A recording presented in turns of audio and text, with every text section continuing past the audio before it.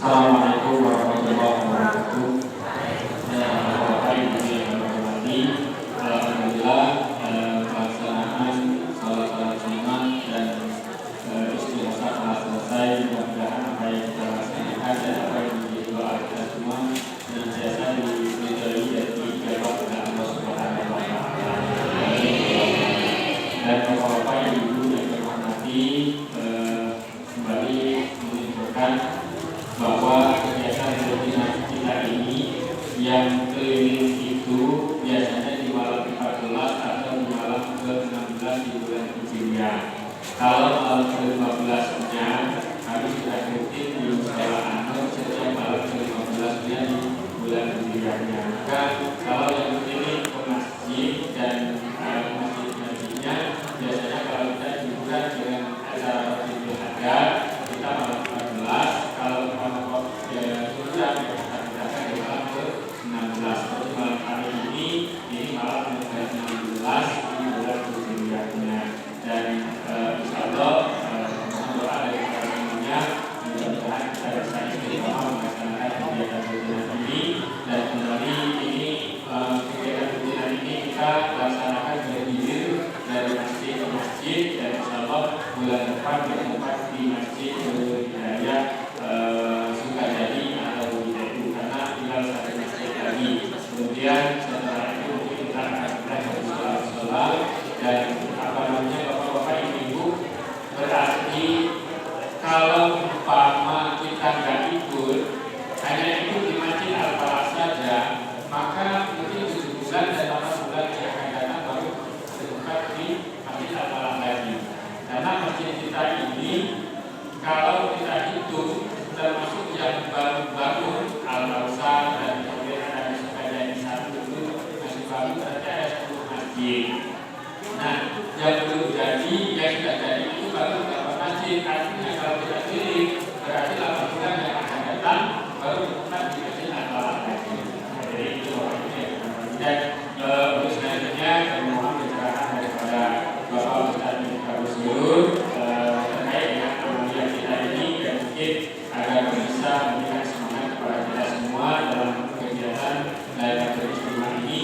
Dan bapak-bapak yang berhormati, ibu-ibu, seperti yang disampaikan oleh beliau tadi bahwa kegiatan ini akan dilaksanakan oleh orang-orang daripada lantik NU Kelurahan Prabu, dan perlu kami sampaikan juga bahwa beliau Bapak Ustadz Kabusur adalah selaku Kadin Kuliah di PCN Kabupaten Barat dan beliau baru dilantik, dan beliau salah satu kadin namanya Kadin Kuliah PCN Kabupaten Barat. Kepada beliau kami persilakan.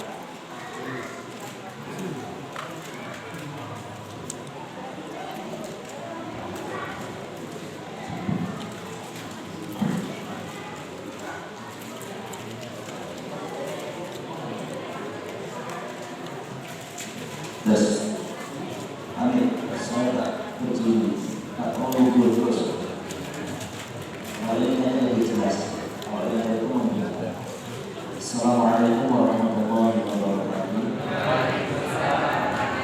Alhamdulillah wassalatu wassalamu ala rasulillah sayyidina Muhammad wa ala alihi wa sahbihi wa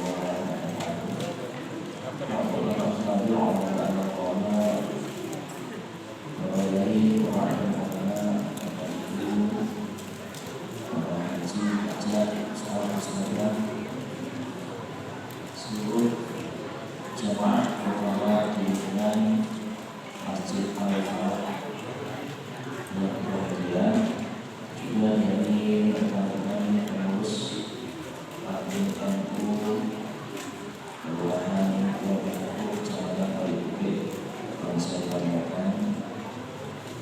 Bersyukur kita mengucapkan kepada Allah Subhanahu wa Ta'ala selawat dan salam kepada Rasulullah kita Nabi Muhammad sallallahu alaihi wasallam. Nah, mampu cuma sekitar 10 menit saja. Sebelum sebentar ya Bu, bernato ya Bu ya. Ini sebenarnya rasanya bosan dari bawahnya. Subuh ketemu, maghrib ketemu, isya ketemu, nanti ibu-ibu ya ketemu terus. Ya tapi mudah-mudahan semakin sering ketemu, nanti di acara sama juga bisa ketemu. Mudah-mudahan Bu saya duluan atau ibu yang terakhir masuk surganya, atau ibu yang terakhir saya duluan yang baru bisa ketemu. Tapi mudah-mudahan disampaikan banyak sekali lewat para ini ketika di dunia ketemu satu jamaah, mudah-mudahan di surga pun nanti ketemu satu jamaah. Makanya jamaah itu enak, apa-apa boleh. Ini kalau jalannya di Arab Saudi gak bid'ah semua. Kalau gimana makan di masjid boleh gak berlawan. Ya, tidak ada. Ibu sekalian, dan alhamdulillah kita sudah melaksanakan berbagai macam amalan. Yang pertama tadi setelah sholat Isya kita melaksanakan sholat taubat. Sholat taubat ini Bapak Ibu, ini merupakan ikrar, merupakan suatu kesadaran bahwa kita selalu hamba Allah itu pasti banyak dosa. Ada Bu yang nggak punya dosa di sini? Saya tak boleh tahu kalau nggak ada. Kayaknya rata-rata dosa kita banyak. Dosa kita banyak. Kalau Allah dosa kita banyak, dan sesama manusia kesalahan kita juga banyak. Makanya sangat tidak bijak kalau sampai kok ada di antara kita yang merasa tidak punya kesalahan, merasa bersih, merasa suci, merasa lebih baik dari orang lain. Makanya ibu-ibu sekalian, hubungan dengan Allah itu jauh lebih mudah ketimbang hubungan dengan sesama manusia. Kalau salahnya kepada Allah, cukup sholat taubat, memperbanyak baca istighfar. Apalagi tadi kita membaca 3 kali seminggu istighfar, insya Allah terkabul janjinya. Dengan catatan yang kecil-kecil. Kalau yang gede itu kalau nggak tahu bahasa suka ya nggak diampun. Udah hati-hati. Yang kecil-kecil insya Allah. Dengan sholat taubat istighfar tidak ada dicoret sama mereka. Biasanya nggak coret, pas mau tahu coret.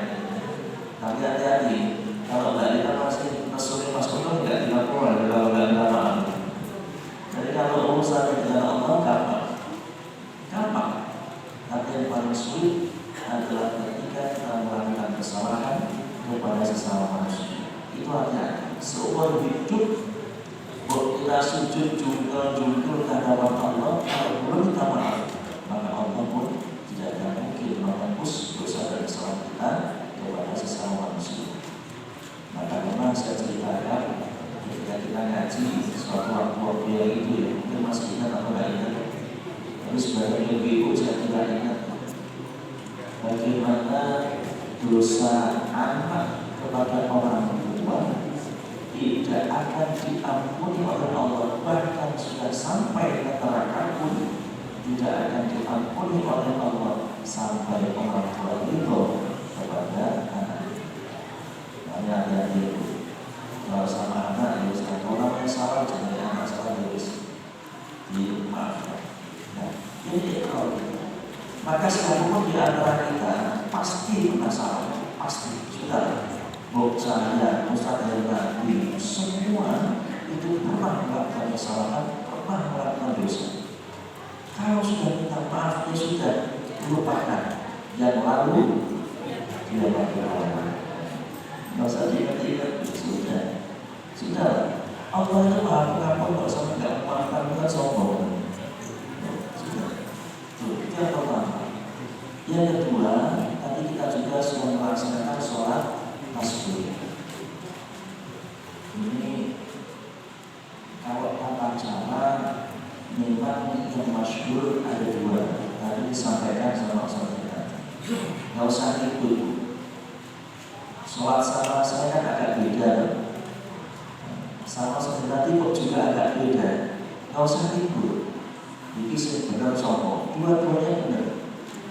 Seorang benar, seorang sholat hanya di sana.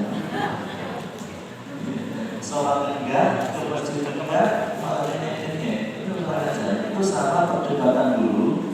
Yang benar kalau subuh pakai kurut apa nggak pakai kurut. Dua-duanya benar. Yang nggak benar orang subuh. Jadi kalau saya itu tata cara sholat tasbih awal saya, bukan saya sebenarnya, seperti ulama yang saya pahami dengan yang beliau pahami sama-sama benar. Kalau saya nanti memang tasbihnya itu sebelum naik lebih dulu, ya, pada 10 kali itu nggak apa-apa, itu nggak apa-apa. Namanya tata cara bah, jangankan kok yang sunnah, yang wajib saja bisa beda. Sholat yang wajib saja bisa beda, apalagi yang sunnah. Jadi kalau saya dua-duanya benar. Nah, ini kenapa sholat tasbih itu penting? Dalam riwayat Rasulullah tidak mengajarkan sholat ini. Ini bukan sholat yang dalam riwayat diajarkan langsung oleh Rasulullah. Akan tetapi pernah ada suatu peristiwa, suatu ketika tiba-tiba para malaikat itu heboh. Malaikat yang bersama yang di langit itu heboh semua. Kenapa heboh? Karena arasnya Allah itu berguncang-guncang, kayak gempa. Arasnya Allah. Ini kalau sebagian memaknai aras itu apa ya? Bagian dari kekuasaan Allah.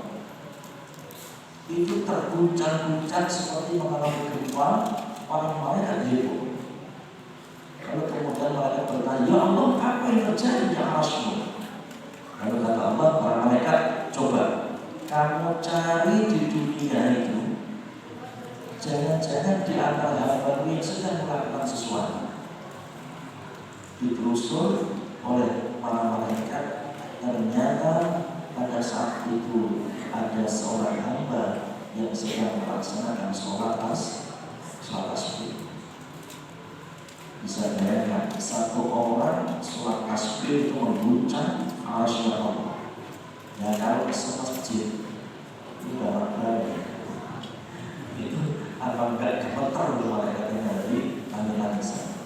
Dan kemudian dikisahkan juga orang-orang sholat tasbih ini ketika meminta apapun permintaannya, tidak ada lagi hijab yang menghalangi antara kita dengan Allah Subhanahu wa Ta'ala.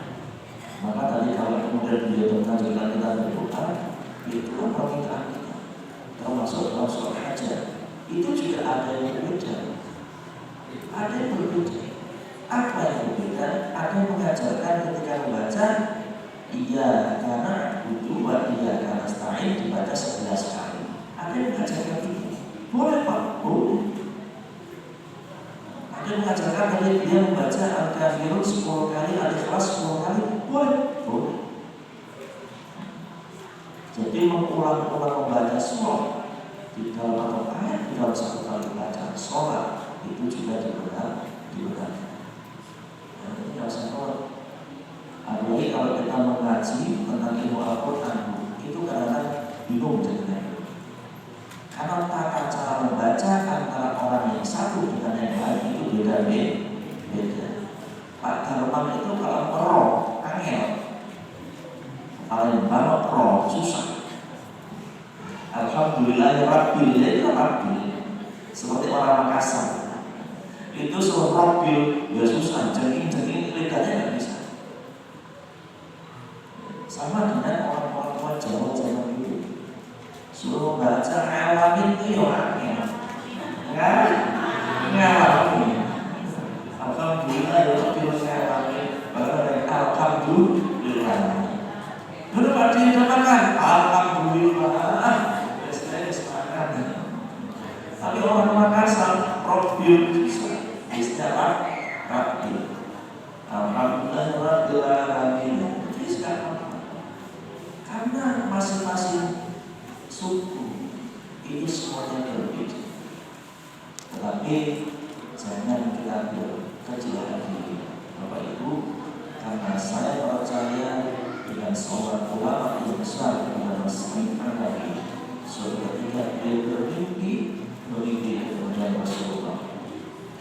Di dalam mimpi itu, di belakang Rasulullah itu ribuan jutaan umat. Itu rupanya yang kecil-kecil hitam-hitam kayak jenengan, atau kita sendiri ada macam-macam ini. Kemudian Rasulullah bertanya, Rasulullah, itu di belakang panjenengan itu siapa? Apa kata Nabi? Mereka itu adalah umatku min Indonesia. Itu adalah umatku khusus dari Indonesia. Jadi ketika beliau berkunjung ke Indonesia, disampaikan mimpi itu kepada ulama-ulama. Jadi kita ini harapannya besar, masuk surga bersama Rasulullah itu besar harapannya. Tidak usah berkecil hati, betul, yakin aja, yakin.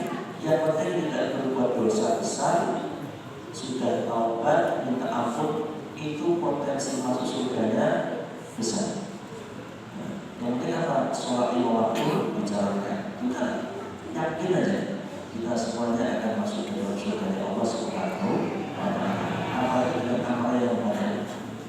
Amal yang kita kalau dijelaskan sama beliau, kalau dilaksanakan, itu sebulan pun tidak akan selesai. Tidak akan pernah selesai. Maka Bapak Ibu, ini sekalian, kalau memang mau, ya ayo. Setiap bulan sekali kita rutinkan. Karena biasanya kan kita rutinannya itu 1 tahun sekali ya namanya. Pas malam Yusuf Sya'ban itu habis maghrib membaca Yasin 3 kali, disambung dengan Isya dan bisa tasbih. Yang ditunggu itu habis tasbihnya itu Mas. Ya, ingkung 13. Ini yang ditunggu. Cuma karena kemarin Covid kita ada ini. Tapi soal nanti kita akan mulai lagi. Ibu siap ya. Sekaligus nanti juga biasa digabung atau dilanjut dengan amalan menjelang Ramadan. Menjelang Ramadan itu juga kita akan amal juga. Tapi biasanya memang kita rutin itu setiap malam Nisfu Sya'ban. Insyaallah nanti pada tahun ini juga setiap malam Nisfu Sya'ban akan kita laksanakan. Jadi itu ibu sekalian, ya ayo kita tidak tahu Pak Ibu dari amal mana kita nanti akan dimasukkan ke dalam surga Allah. Kita tidak tahu. Kalau dari sholat kecil harapannya, sudahlah. Kalau kita berharap masuk surga karena sholat kita kecil harapannya, saya yakin jenengan itu ketika baca tasbih, waktu rukuk atau sujud itu pasti tidak lulus. Lama betul sebenarnya sujud.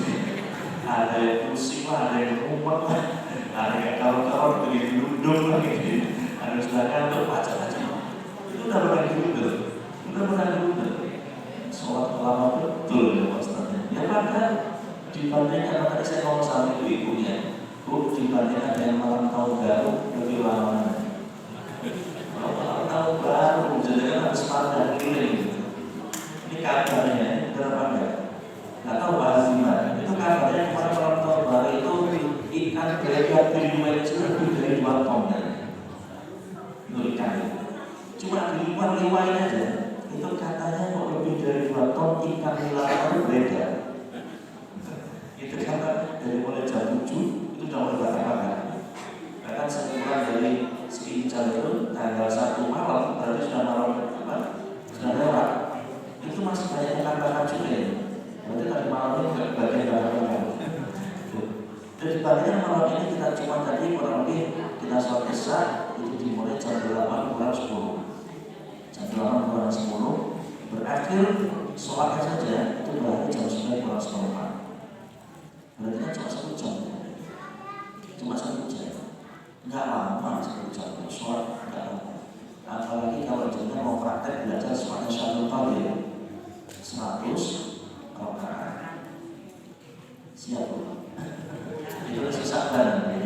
Jadi salah satu amalan Syaikhul Fadil itu setelah sholat itu melaksanakan sholat sunnah 100 rakaat 50 salam impor jangan. Lagi itu kok berharap kita masuk surga dari sholat nanti dulu. Oleh karenanya jangan-jangan kita berkumpul pada malam hari ini dengan ikhlas itu menjadikan kita masuk ke dalam surga Allah Subhanahu wa Ta'ala. Hanya itu kumpul hari-hari kita ringankan langkah kita, hati kita. Karena apa Bapak Ibu? Jangan makan ini kenyang. Yang kenyang apanya? Perutnya. Menikmati makan ini kira-kira copotannya berapa Bu? Kali pertama juga senikmat-nikmatnya makan, mau pakai lauk apapun, semahal apapun, paling sangat nikmat itu adalah ketika asupan pertama atau kedua. Ketika seterusnya itu biasa saja. Yakin, biasa saja. Itu apa artinya? Kebutuhan jasad kita terbatas. Tetapi yang tidak terbatas adalah kebutuhan rohani. Nah, makanan yang paling menyenangkan rohani adalah ibadah. Kalau yang jasad ini kayak gini, mengenyangkan nanti selesai keluar jadi kotoran. Tapi kalau roh kita semakin banyak kita ibadah, insya Allah akan menjamin kita semakin mudah untuk menghadap Allah Subhanahu wa Ta'ala.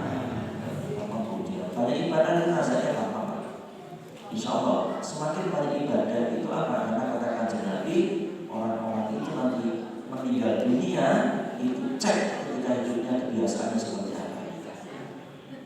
Kalau kebiasaan hidupnya itu dari pagi sampai sore ibadah itu matinya nanti banyak. Tapi kalau setiap hari pikir terus, insya Allah matinya dikit. Sedang sholat, insya Allah matinya pas sholat. Jadi kalau pengen mati seperti apa?